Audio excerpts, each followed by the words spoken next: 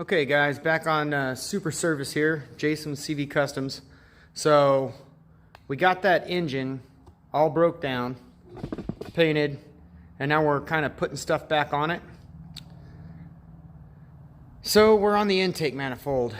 A few years ago I was able to get my hands on a 2-barrel intake for this model engine. The single barrel, you can see just looking at it here, is a lot smaller, less fuel and air. You know, just it's kind of like when you put an Edelbrock Performer or something on your 350. The more fuel and air you can get, the better it's going to run. Obviously, you can't overdo it. It is only a 240. So we're going to try and stay right around the 350 to 400 CFM range with our Rochester 2-jet. But what we're running into right now is the way the original motor was set up with the single barrel, the engine set level in the truck. And you can see that right here. We put the level on it. It's level. The table's level. It's level. But you can see the fall that was on this engine. So this engine was set at an angle in whatever truck it was in. I don't know what this came out of. I found it at one of the auto swap meets. And my buddy over at Hanford Auto Supply put it in the shop clean and cleaned it up. That's why it already looks nice. We got all the rust off, then we painted it, and it's been sitting on the shelf for a long time. That's where the dirt is, but it's all black under there.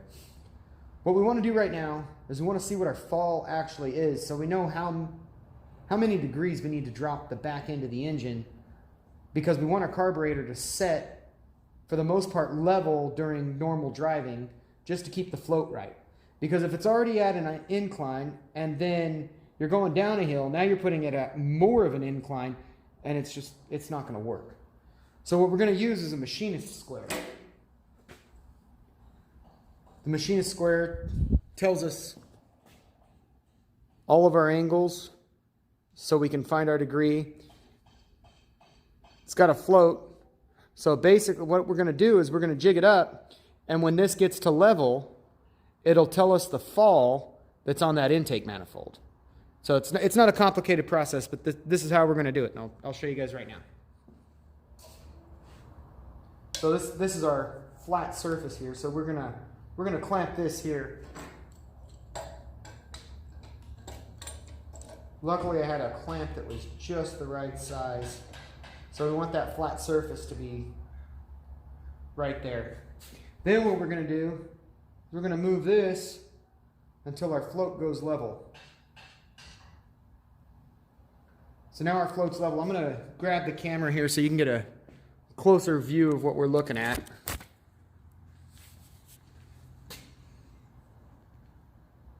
So our float's on level.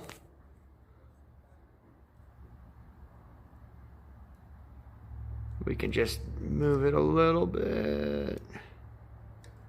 There we go. So we're level. Now we're going to go around to the other side. We're going to take a look at our degrees.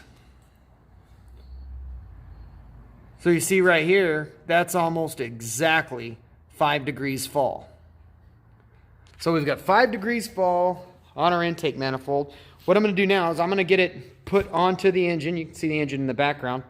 We'll get this bolted up, and then we're going to take a look at how to drop the back end of the engine to give us 5 degrees fall. So that's what we're looking at. I'll get back to you guys.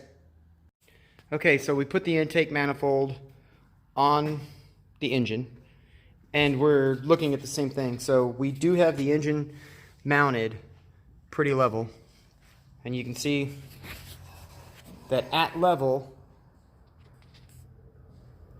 we're still looking at 5 degrees is our difference to get our carburetor setting level.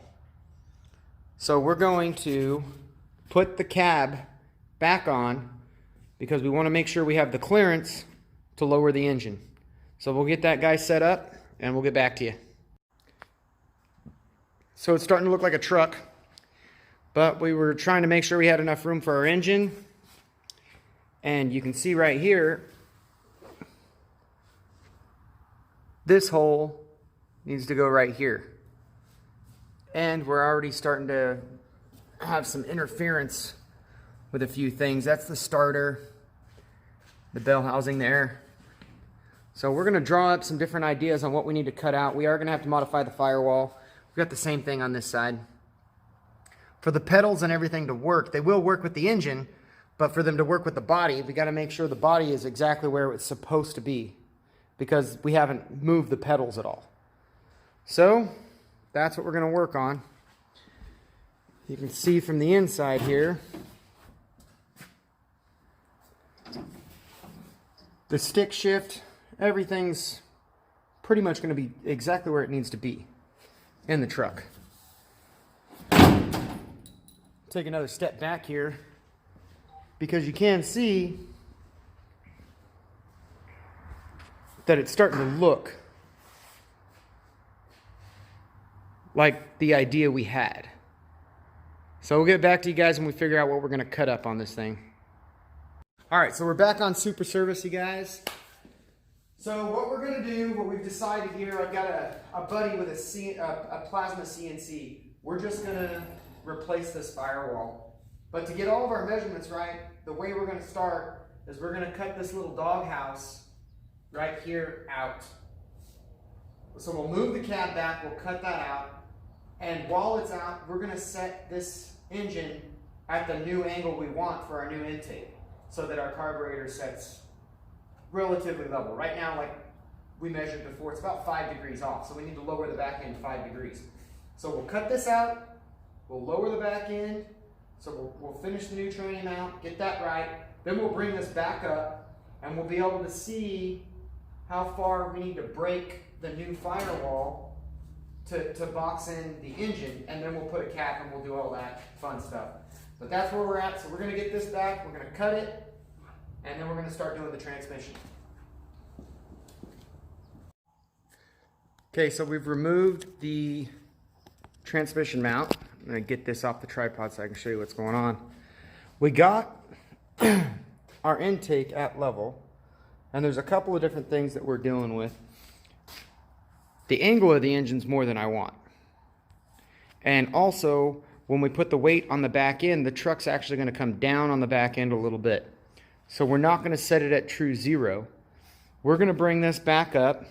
We're going to use our same machinist square, and we'll take and set on the back side at 2 degrees. So we're going to give the intake a 2 degrees fall towards the front of the truck. And that should, when everything's loaded, get it really close to level and keep our transmission, you know, less pointing at the ground than it is right now. So you can see we cut out the mount that was there so that we could lower it.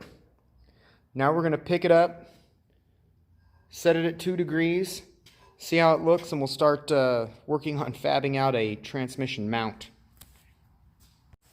Okay, so a lot of things going on right now trying to get the rear transmission mount set up. So we use the 2 separate hoists to set our engine level so we can move it back and forth to get it where we want. We're good on the front end where we want it, so we got to set that pitch. Now the other pitch we have to set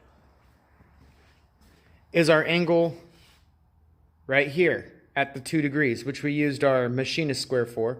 And we know we got that right. The third thing we got to set is keeping our pinion centered between the frame, so we know the axle, the crankshaft, goes right down the center of the frame. We're going to put another ratchet strap going the opposite direction. Our measurement was 16 5/8 to each frame rail, and that's where we've got it right now. So with the next ratchet strap, we'll have it centered exactly where we want it. We used our machinist level to tell us that the transmission's level. That means the engine's level where we want it. And now we're ready to get our transmission mount. Transmission mount. I know you guys know how to say it. You knew what I was talking about. So anyways, we'll get back to you. All right, back on Super Service here. We got the cab actually where it belongs. We cut out the slot we said we were going to cut out to do our new firewall. The engine is now the right angle, exactly where we want it to ride. It's looking pretty good. We went through, and with what we cut out, all the pedals work, everything's going to function. But now we got to do our measurements across the firewall so that we know how far to break it in, across, and back. We're thinking it's going to be 5 to 6 inches each way, and it'll be boxed in.